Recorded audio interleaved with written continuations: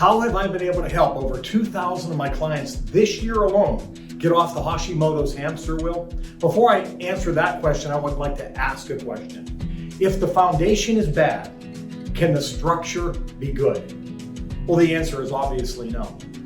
I want to ask another question. What is the human foundation? What's the smallest living part of every one of us? Well, it's our cells. You see, we're made of cells. Every tissue, organ, and gland is made of cells. All function in the human body comes from our cells.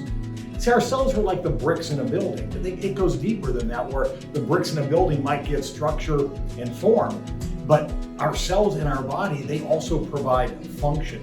Is it your heart beating? Well, it's your heart cells beating. Is it your thyroid making hormones? It's your thyroid cells making hormones. So all function emanates or comes from our cells. If a person has any dysfunction, if they have any symptoms, if they have even a full-blown disease, it's always traceable back to something gone wrong at that cell level. So let's go down to that cell level and let me show you how that works. Here we have my depiction of a cell, and to really simplify it, the good stuff has to come into the cell and the bad stuff has to leave. Well, what's the good stuff?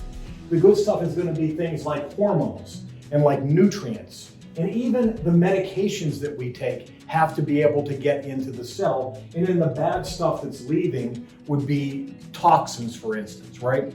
Let's go up here to the medications. How many people have I seen that are a thyroid patient, right? And they go to their doctor recognizes that they have, for instance, low thyroid, hypothyroid, puts them on a medication like Synthroid, which will be T4, and then they go back to the doctor and the doctor's like, you're good, your test looks good now. And the patient says, well, then why don't I feel good?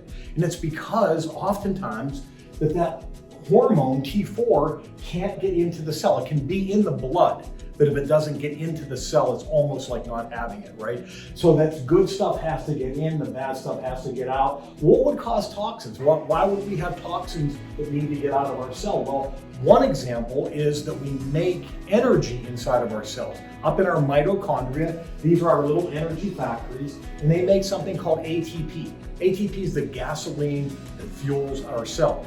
But when we make energy, we make waste. It would be like burning a log. That whenever you burn a log, you make energy, heat, but you also make smoke, right? So smoke has to be vented out. That dynamic, good stuff in, bad stuff out, is what keeps our cells healthy and functioning. Well, what would change that? What's causing what we are seeing today where we don't have good health in so many people? Well, it's something called life. If we go over here, what I have here is a depiction of a three-legged stool. And this stool is depicting the stressors of life. We all know what I'm talking about, whether it's physical stress, right? Whether it's emotional stress or whether it is chemical stress. The physical stress we can identify with. That's going to be all the bumps and the bruises and all the injuries we've had over a lifetime. Maybe it's poor posture. Maybe it's sitting over a desk all day long. These things can damage our health. And then everyone can identify with emotional stress. Right? It's going to be the stress of life. It's going to be all the anxiety that we feel, the fears that we have. All of these things can add up and they also can damage our health. And then a really big one today especially is going to be chemicals. All of the toxins that we encounter, whether it's the food that we eat, the air we breathe, the water we drink, the couches we sit on, the floor, the carpets we walk on, beauty products, cleaning products, we're inundated with toxins. And these toxins can also, being a stressor, they can also damage us at that cell level. The example that I like to use, actually, have you ever seen the movie The Perfect Storm with George Clooney, right? And it's kind of a cool movie where you have these three weather fronts that all converged at the same time and they produced what they call the storm of the century. Well, this is what I think is happening today with health. People would have physical problems, right? But it wouldn't create the damage that we're seeing today. Or maybe it's emotional. But when you put all three of these things together, it is creating the perfect storm health-wise. And we're seeing conditions today that didn't exist that long ago. We're seeing it so bad that the things that used to work before with people when they would try to do the right things, they're not working anymore. And then that leads to all of this frustration, right? So it's this perfect storm that's creating the health conditions that we're seeing today, these stressors. So I want to go back to the cell and I want to show you what happens. Whenever we have these stressors, what it does is it creates damage on the cell membrane. And then when we have damage, we are going to have inflammation, right? Anytime you fall down and crack your elbow, you get inflammation, right? Whenever there's damage, there's inflammation. Well, those stressors are damaging our cell membrane. It causes inflammation.